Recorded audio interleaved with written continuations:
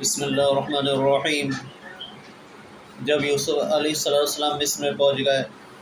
وہاں کے بادشاہ بن گئے، پھر کیا ہوا ان کے ساتھ، یعنی یوسف علیہ السلام کے ساتھ، یعنی وہ بند کمرے کے اندر تھے، تو بادشاہ کی جو بیوی تھی، یعنی وہ یوسف علیہ السلام کو زنا کی دعوت دینے لگی، مگر انہوں نے یہ کام نہیں کرا، وہ وہاں سے بھاگنے لگے۔ پھر کیا ہوا، اللہ تعالیٰ نے ان کے معاذ اللہ کہ اللہ اپنی پناہ میں رکھ مجھے، تو ان کے دل میں بھی یعنی اللہ کی طرف سے دل میں خواہش آئی کہ میں ایسا کر لوں، مگر انہوں نے یوسف علیہ السلام نے اس کام کو زنا کو نہیں کیا۔ پھر وہ بادشاہ کی بیوی بتاؤ کیا کہنے لگی، وہ کہنے لگی تو نے یہ کام نہیں کیا نا، میں تیرے اوپر الزام لگا دوں گی کہ اس نے میرے ساتھ زنا کرا، یہ کرا، تو نعوذ باللہ۔ تو یوسف علیہ السلام نے یہ کام نہیں کرا۔ دیکھو کیسا ان کا ایمان تھا کہ اپنے ایمان کو انہوں نے ایسے رکھا کہ کوئی دیکھے نہ دیکھے، ان اللہ سمیع علیم، کہ اللہ تو مجھے دیکھ رہا ہے، وہ سننے والا ہے، قادر ہے، وہ بکل خلق علیم، یعنی اس کی نظر تو ہر مخلوق پر ہے۔ اللہ تعالیٰ کہہ نہیں رہا قرآن کے اندر کہ اللہ تعالیٰ کی ہر مخلوق پر نظر ہے۔ تو انہوں نے یوسف صلی اللہ علیہ وسلم نے ایسا کام نہیں کرا، یعنی جیل میں چلے گئے لیکن انہوں نے زنا نہیں کرا، کہ اللہ تعالیٰ ہم سب کو بھی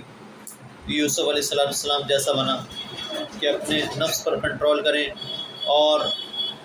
برائیوں سے بچیں اور نیکیوں میں پہل کریں اور آخرت کی زیادہ فکر کریں، آخرت کو اپنا ہدف بنائیں، آخرت کو اپنا ہدف بناؤ،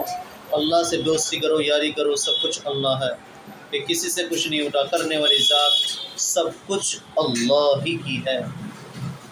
ہم سب کو عمل کرنے کی توفیق عطا فرما اور ہم سب کو دین کے راستے پر چلنے والا بنا۔ اے اللہ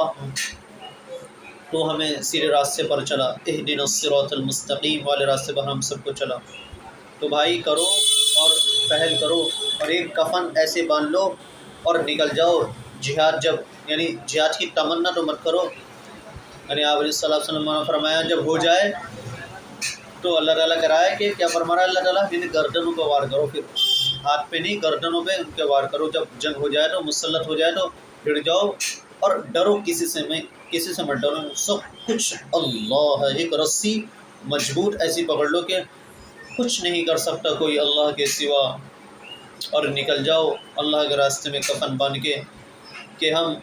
اللہ کے سچے بندے ہیں، ہم الحد والے ہیں، کہ اہل سنت والجماعت والے ہیں، ہم کسی سے نہیں ڈرتے، ہم صرف اور صرف اللہ سے ڈرتے ہیں،